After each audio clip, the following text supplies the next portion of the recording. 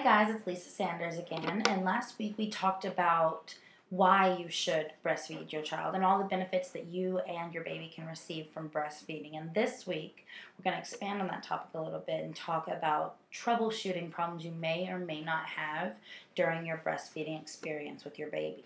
The first thing that you need to do when you're having a baby is do your homework, not only about breastfeeding, but about everything. But on the topic of breastfeeding, there are breastfeeding classes that you can take. There are pamphlets online that you can find, articles, books all over. Pediatricians are always having texts and things like that that you can read. And ask questions. Of course, you know, there's always going to be things that you're wondering about. So ask those questions to your pediatrician. That way that you can get the answer that you need. And you can have your homework done before the baby gets here. That's very, very important. Second, we need to be very comfortable. Breastfeeding should be very comfortable between you and your baby. It's a bonding experience. So you need to be relaxed in order for your baby to be relaxed. And it needs to be skin-to-skin contact. That's when you're going to get your best experience. Everybody's going to be calm, and it's going to be the most bonding and the most understanding that you can get of your baby if it is skin-to-skin contact. So baby down to the diaper and then no shirt, okay? Blanket maybe over the baby to cover things up, but skin-to-skin contact underneath, okay?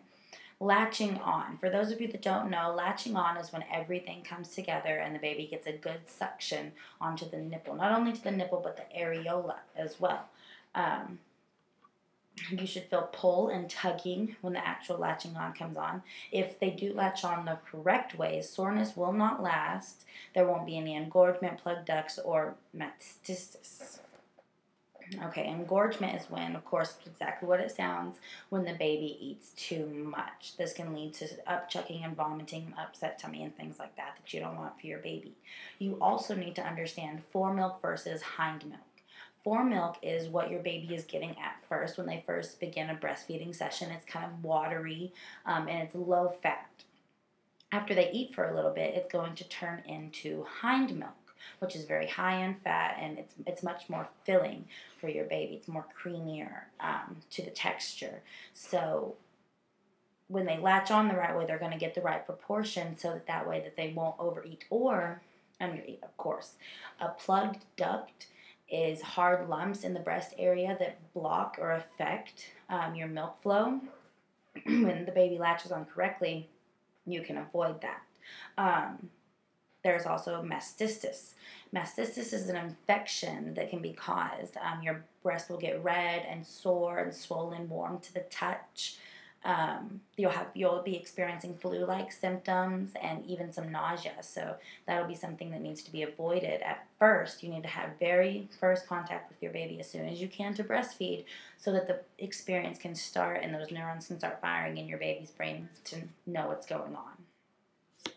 Some problems, though, may arise that you need help to fix. You need to talk to your pediatrician. Breastfeeding is a very natural thing. Your body's made to do it, but that doesn't mean that there may not be bumps in the road on the way. Your nipple may not be shaped a good way for the baby to get good and latched on, which is very, very important. Your nipples could be inverted or flat. The baby, he could have a tight jaw, and these are all things that can be resolved. All you need to do is talk to your pediatrician. Okay? So putting all of this together, breastfeeding your baby will be successful, okay? Just talk to your pediatrician, know your homework, know your stuff, get to know your baby as soon as you can, and talk with all of the resources that you possibly can. Use those resources for you and your baby. Thanks. Y'all have a good night.